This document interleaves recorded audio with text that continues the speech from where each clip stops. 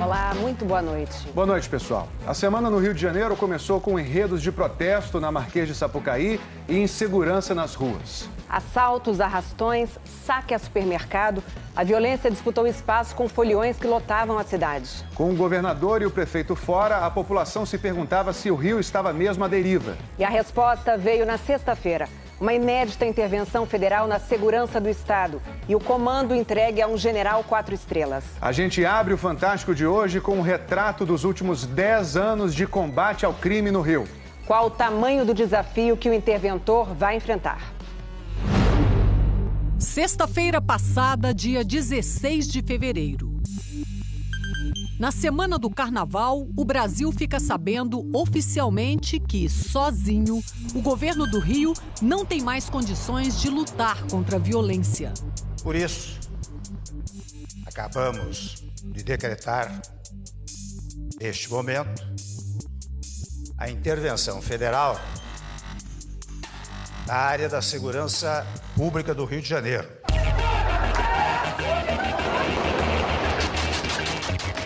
As estatísticas mostram que, no passado, o Rio já teve mais assassinatos, por exemplo. Mas na era das redes sociais, as cenas de terror se multiplicam. Os bandidos se exibem como se não houvesse lei. Têm armas que antes não tinham, enfrentam uma polícia sucateada, debocham de um governo sem dinheiro e matam qualquer um: bebê, grávida, policial. O interventor general Braga Neto vai comandar a segurança pública do Rio e, para isso, usará as Forças Armadas. O que nós vamos tentar fazer é colaborar junto com a segurança pública para otimizar o trabalho dessa segurança pública no Rio de Janeiro. Por lei, as tropas não podem prender se não forem flagrante, porque elas não têm poder de polícia. A intervenção chega depois de 2017 ter batido recordes. Foram 230.450 assaltos, somando-se todos os tipos de roubos. Você vai ver agora o raio-x do que aconteceu na segurança pública do Rio nos últimos 10 anos e o que espera pelo interventor. Primeiro, os policiais. Usando dados de 2016, um relatório do Tribunal de Contas da União, que analisa a gestão da segurança pública em 25 estados, coloca o Rio lá atrás, 21º lugar no item pessoas, os policiais. Eles são colocados em serviço com pouquíssimo tempo de treinamento. E mesmo aqueles que já são profissionais experientes, têm poucas oportunidades de reciclagem. O resultado são policiais com nível de preparação que não é adequado para prestar um bom serviço de segurança pública para o cidadão. Tem uma série de situações que o policial tem que estar bem preparado, bem qualificado para compreender o seu papel social e não cometer falhas. Acontece falha porque ele é mal preparado. As polícias estão em decadência? Estão. Atualmente no Rio de Janeiro, essa decadência é mais sentida em razão da crise econômica que o Estado atravessa. Em 2008, a segurança pública como um todo teve um orçamento de quase 5 bilhões de reais. Em 2015, chegou a quase 10 bilhões. Dinheiro que não impediu o sucateamento das polícias. Armas velhas, falta de munição, viaturas que enguiçam no meio da rua, entendeu? Falta de combustível. O policial, às vezes, ele está em perseguição de um criminoso, a viatura enguiça no meio da rua, esse homem vai perder a vida. E o Estado não é responsabilizado por isso. As UPPs. Em 2008, o Rio acreditou que tudo isso ia mudar.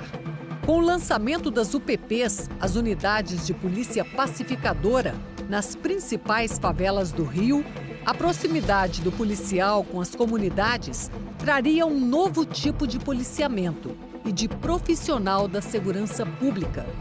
Mas o tempo mostrou que isso não aconteceu. Elas foram colocadas como respondendo aos batalhões, mudando o desenho original, que justamente apostava numa transformação do conjunto da polícia. Elas perderam a sua autonomia e, portanto, a sua capacidade de inspirar uma transformação para o resto da corporação. Os dados do Instituto de Segurança Pública mostram que, em 2008, o ano da inauguração das UPPs, o Rio teve 46 assassinatos por 100 mil habitantes. Foram baixando até 2015 e, desde então, voltaram a subir. No ano passado, foram 32 mortes por 100 mil habitantes. Esses números já foram bem piores. Em 1994, por exemplo, o índice foi de quase 76 mortes por 100 mil.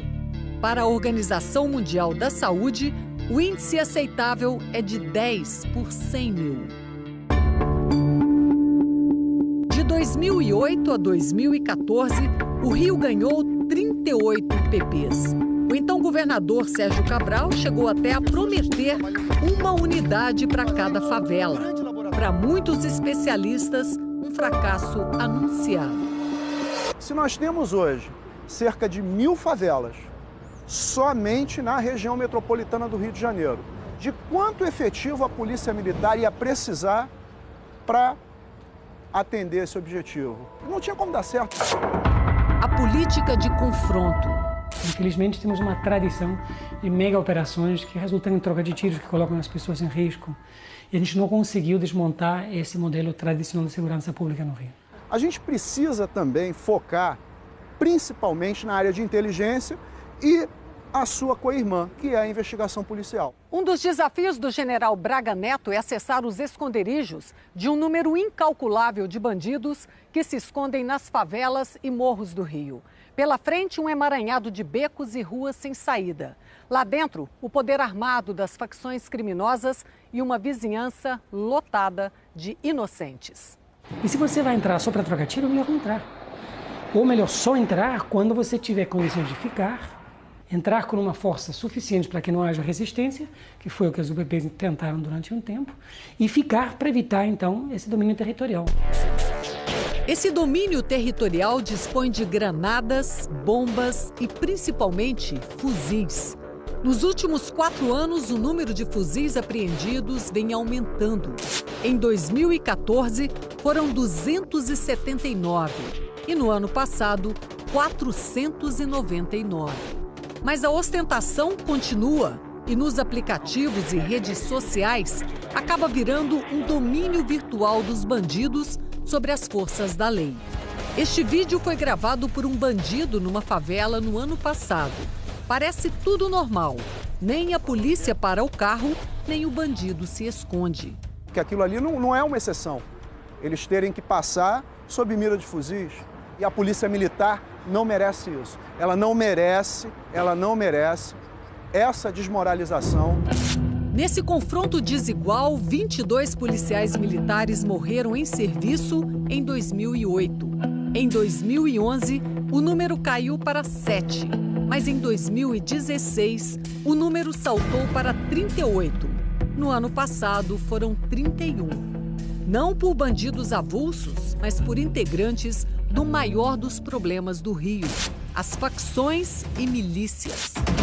O Rio tem 3 facções e um número ainda não estimado de milícias. Também não se sabe quantos bandidos fazem parte dessas gangues. As milícias surgiram na década de 80 para matar traficantes e ladrões nas favelas. Passaram a explorar populações inteiras, extorquindo dinheiro de comerciantes e moradores. E explorando serviços como o de vans, tudo na clandestinidade, claro. Os traficantes gostaram desse modelo de negócios. Hoje a milícia está fazendo tudo que o tráfico está fazendo. E vice-versa. O tráfico, por exemplo, ele também passou a explorar a questão de gatunete, de gás, de mototáxi, de extorsão a comerciante, para não falar nos problemas que a gente tem na milícia relativos à inserção dentro das milícias de ex-integrantes das forças de segurança. Se, de fato, há uma intenção de combater a corrupção dentro das polícias, tem que começar por combater as milícias, que hoje em dia dominam amplos setores do município do Rio e de outros municípios também do estado do Rio. Mais um crime que é notícia todo dia: a corrupção. Junho do ano passado, uma mega operação sai em busca de 96 policiais militares e 70 traficantes em São Gonçalo, na região metropolitana. Os PMs cobravam propinas de traficantes. Isso rendia R$1 milhão por mês. Entre 2012 e 2016, a PM expulsou 730 policiais. A Polícia Civil, 120 agentes. A corrupção está embrenhada no Estado de forma sistêmica, e não só no Estado do Rio, né? A gente vê os exemplos nas mais altas esferas da República. Mas a corrupção dentro das polícias significa que você tem parte da polícia que trabalha contra e a favor do crime simultaneamente. Ontem, ao lado do presidente Michel Temer, o general Braga Neto participou da primeira reunião de trabalho no Rio. Estavam presentes o governador Luiz Fernando Pezão e o prefeito Marcelo Crivella. A intervenção na segurança pública vai durar 10 meses, até o fim deste ano. A intervenção federal, ainda mais uma intervenção militar, acho que responde a outras lógicas, e não a uma lógica de segurança. Eu acho que responde a uma lógica política. Essa solução ela não vem a curto prazo. Temos um caos, uma crise aguda, temos a intervenção federal, que, a meu ver, é positiva sim, é positiva porque algo tem que ser feito. Uma resposta precisa ser dada. Porque ou se dava essa resposta, ou o que mais faltaria acontecer.